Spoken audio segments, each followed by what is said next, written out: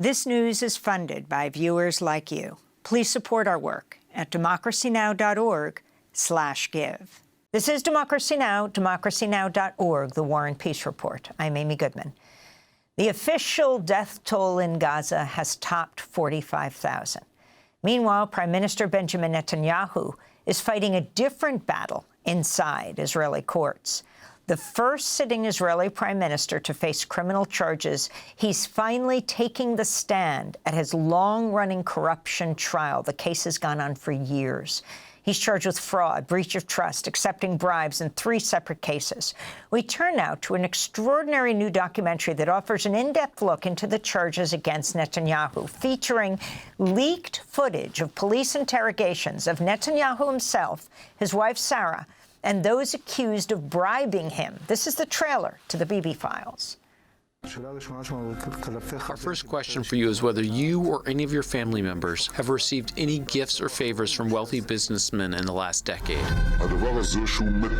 This is preposterous and insane. You're trying to incriminate the Prime Minister on nonsense. This case, the facts are really simple. The Prime Minister and his wife are getting gifts. It's a total lie.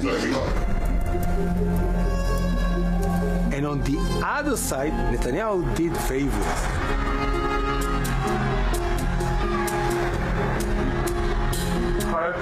We must find a way to reward him. What do you need to reward the Prime Minister for? Government officials are not allowed to take gifts. This is corruption. The police, they investigated everybody. If this comes out, I'm dead. What did you get? Champagne, cigars, sharsheret, tabac. Sarah Netanyahu is very important. Both of them never surrendered, never compromised. My husband is the strongest prime minister we've ever had. The state to believe that they are untouchable. After the catastrophe of the 7th of October, the war became another instrument to stay in power. When people serve for too long, it gets into their head. The indictment made him dependent on the extreme right in Israel. He is now captive to their whims. This is nonsense. Put all Israel in a turmoil. Netanyahu is the architect of chaos. He survived in a state of war. He survived in a state of instability. It's not a cover-up. He tried to kill the system. Nobody is above the law.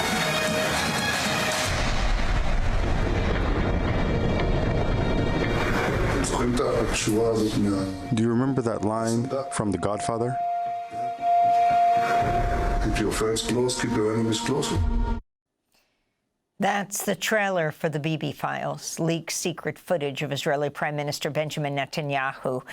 The new documentary, The Bibi Files, is directed by Alexis Bloom and produced by Alex Gibney. The Bibi Files cannot be legally distributed in Israel due to privacy laws. For more, we're joined by filmmaker Alex Gibney. In 2008, he won an Oscar for his film Taxi to the Dark Side, about an Afghan man who was tortured in prison at Bagram. Thanks so much for being with us again, Alex. I went to see this film the other night at the theater. This is powerful. Explain why in this trailer we can't see Netanyahu's face in these deposition tapes, and how did you get these deposition tapes when he, his wife, his son Yair, and others are being questioned by police? Okay, I'll answer the. Hi, Amy. I'll answer the questions in reverse. I was leaked these tapes. They're interrogation videotapes done by the police that were a precursor to the indictment of Netanyahu on corruption charges.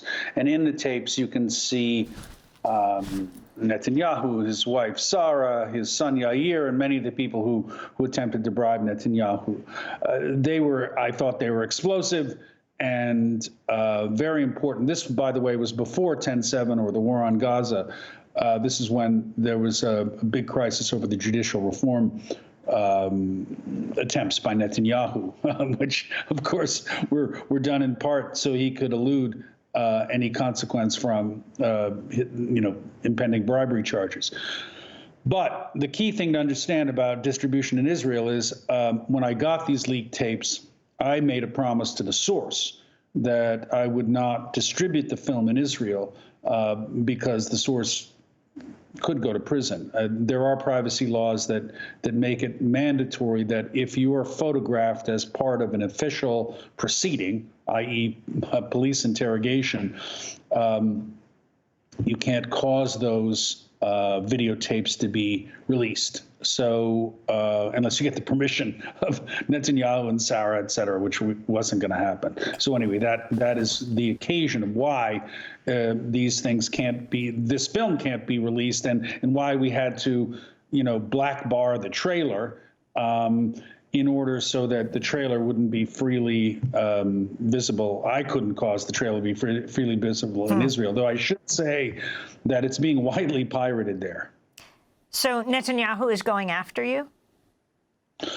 Netanyahu, as soon as it was announced that we were going to premiere at the Toronto Film Festival, he went to an Israeli court and tried to stop the screening in Toronto. Now, how that was going to happen, I don't know. But in any event, it was denied. But he certainly tried to stop us. And I understand the Netanyahu administration, through a number of mechanisms, are trying very hard to go after a guy named Raviv Drucker, who's one of the producers of the film and is a longtime Israeli journalist who has an expertise in this kind of corruption, has been the bane of a number of prime ministers, but particularly Netanyahu. Let's go to another clip from the Bibi Files. It begins with Ami Ayalon, the former head of Israel's internal security service, Shin Bet. After the catastrophe of the 7th of October, the war became another instrument to stay in power. He survived in a state of war. He survived in a state of instability. He survived when we fight each other. He survived when our enemies fight each other. A forever war is beneficial to Netanyahu. This makes people feel like they are always in danger, like they always need him. There's always some huge threat. I think that helps him remain prime minister. That last voice, the young Israeli woman, Gili Schwartz, is from Kibbutz Be'eri, where more than 100 people were killed on October 7th last year. Alex, if you can elaborate on what they are saying. I mean, as we speak, Netanyahu is in court in Israel right now. What this means, they say he wants to wage wider war because otherwise he's no longer going to be protected by the prime ministership, by being prime minister. That's right. I mean, I think strictly speaking, this is a film about corruption, and it starts with petty corruption, being bribed with gifts and cigars, champagne, jewelry. But then the ultimate corruption is how he's tried to elude a reckoning for his misdeeds. And in so doing, he wraps himself in the mantle of prime minister and then wages endless war. Now, I can't think of really anything more corrupt than somebody who's administering the killing of women and children in order to be able to stay in power. But that is what they are alleging, and that is what the film is about. Let's go to another clip from the Bibi Files. This one begins with Prime Minister Netanyahu addressing the U.S. Congress this past July. Together we shall defend our common civilization. Together we shall secure a brilliant future for both our nations. Well, I would say that, tragically, the Americans don't know how to call him out. There was no plan for ending the war of Gaza, bringing the hostages home, and changing dynamics in the region. And things only got worse.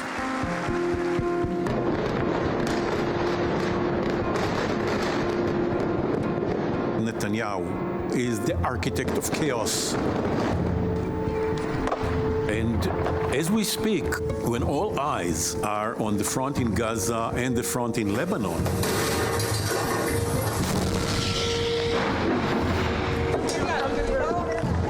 he is implementing his plan in the West Bank with the extreme right.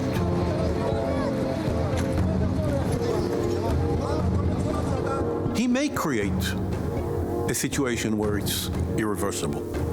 And that's Nimrod Novik, former advisor to Shimon Peres in the Bibi Files, the documentary produced by Alex Gibney, who's with us now. So talk about how this trial plays out right now. I think most people in the United States aren't even aware. I mean, you have the horror in Gaza. You have what's now taking place in Syria, what's happening in Lebanon. Explain how this all fits in.